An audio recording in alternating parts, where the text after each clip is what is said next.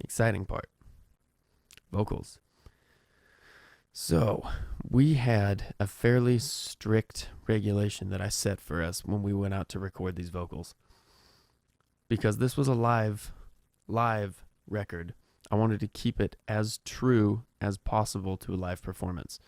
So what we did was we went through all of the songs and we noted down where these harmonies and all these things needed to be. And we noticed where there were like vocal overlaps, where Grant's singing a line, and while that line is fading out, the next one will like start over the top of each other. We weren't going to do that here. I gave us each one vocal track between Grant, Sean, and myself. And between the three of us, we needed to figure out how to do everything that was on those records.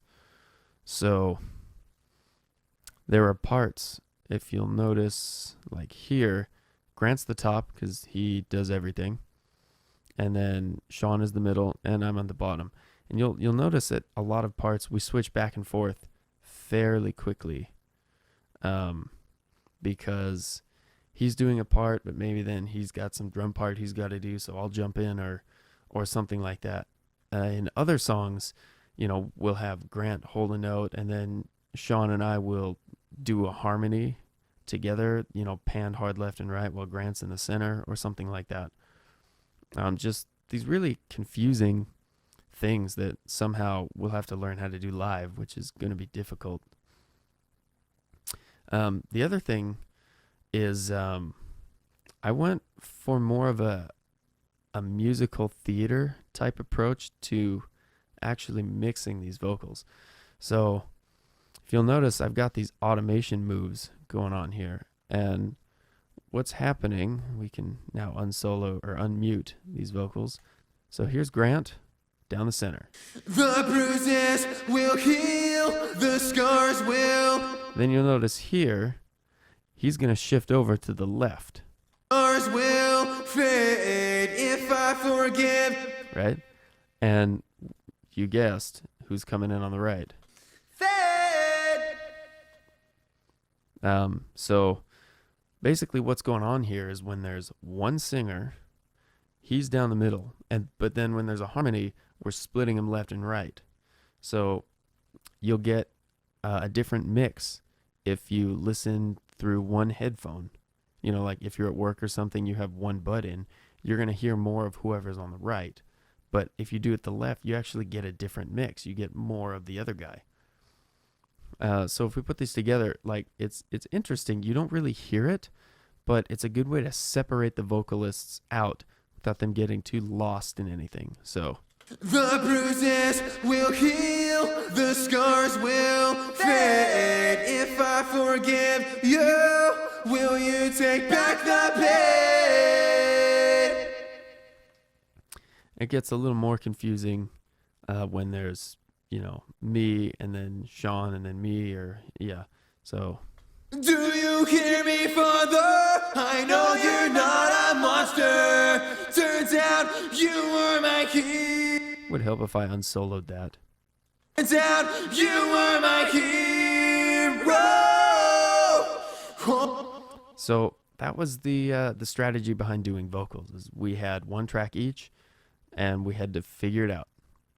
So this song is not too crazy, but some of the other ones were really insane with things that we were doing. So let's actually figure out what's going on here in terms of processing.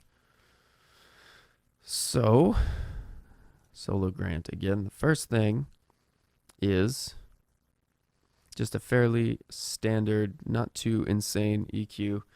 Just cut a little bit of some weird boxiness that was going on at about 1K, and then just a little breathy boost around 8K, and then a high pass filter. Hit it with a round of compression.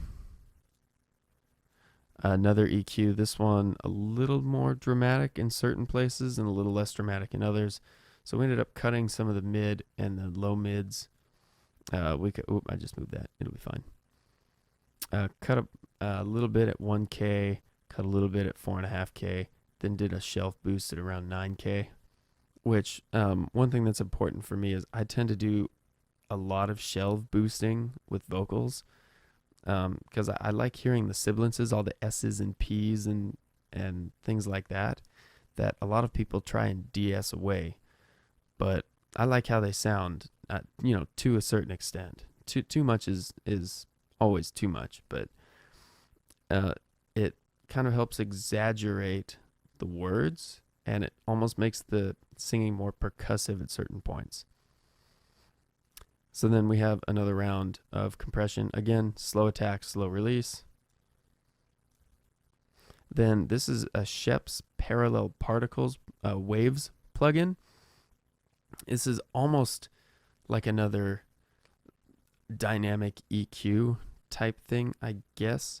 It's basically 4 frequency ranges that you can choose to accentuate or not. So sub is the really lows, thick is somewhere around the low mids, bite is the mids or so, and then air is the top. And so I found I just kind of messed around and found a setting of these that I liked. We went with it. So let me show you what I'm talking about. Turn this off, and then we'll turn it back on. The bruises will heal, the scars will fade. If I forgive you, will you take back the pain? Just a little more life to the vocals. Nothing too crazy.